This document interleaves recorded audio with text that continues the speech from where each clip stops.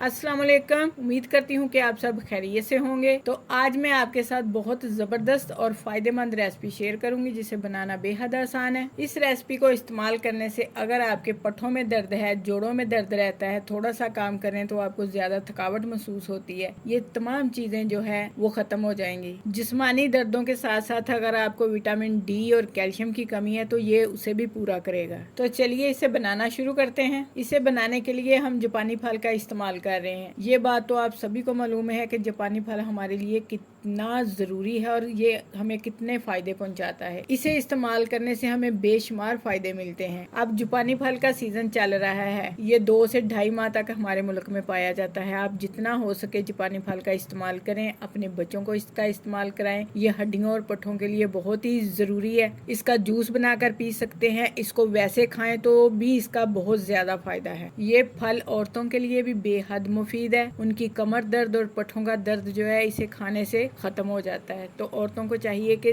2 से ढाई माह तक इसे इस्तेमाल जरूर करें। अब यहाँ पर हमने 2 अदद जापानी फल लेकर इनका गूदा निकाल लिया है। इन्हें डालेंगे ब्लेंडर जार में। हम 2 गिलास बनाएंगे इसलिए हमने 2 अदद जापानी फल लिए हैं। अब इसमें चीनी शामिल करेंगे 3 से 4 चम्मच। अब इसमें डालेंगे दालचीनी का पाउडर 2 चुटकी के करीब। इससे फ्लेवर बहुत अच्छा आता है और ये हड्डियों को मजबूत करता है। अगर आप बच्चों के लिए बना रहे हैं तो फिर आप दालचीनी का पाउडर इस्तेमाल ना करें। आखिर में इसमें शामिल करेंगे 1 गिलास दूध और इसे अच्छी तरह से ब्लेंड करेंगे। इसे हमने अच्छी तरह से ब्लेंड कर लिया है तो जापानी फल का मिल्क शेक बनकर तैयार है। अब इसे निकाल लेंगे गिलास में। यहाँ पर मैं आपके साथ एक ज़रूरी बात शेयर करूंगी कि जब भी आप जापानी फल का मिल्क शेक बनाएं, इसे फौरी तौर पर इस्तेमाल कर लें। इसको पड़ा ना रहने दें वरना ये दही की तरह जम जाएगा। आपने परेशान नहीं होना। इसके अंदर 1 कप पानी डालकर फिर से इसे ब्लेंड करेंगे तो ये बिल्कुल सही हो जाएगा। इसी तरीके से अगर आप जापानी फल का मिल्क शेक बनाकर रोजाना इस्तेमाल करेंगे तो इससे आपको बेहद फायदा पहुंचेगा। मैंने इस रेसिपी का मुकम्मल तरीका आपके साथ शेयर कर दिया है, लिहाजा आप खुद भी बनाएं और दूसरों के साथ शेयर भी करें। अगर आपको ये वीडियो अच्छी लगे तो इसे लाइक करें, शेयर करें। जो हमारे चैनल पर नए हैं वो सब्सक्राइब जरूर करें। अपना बहुत सा ख्याल रखें, हमें दुआओं में याद रखें। अल्लाह हाफिज।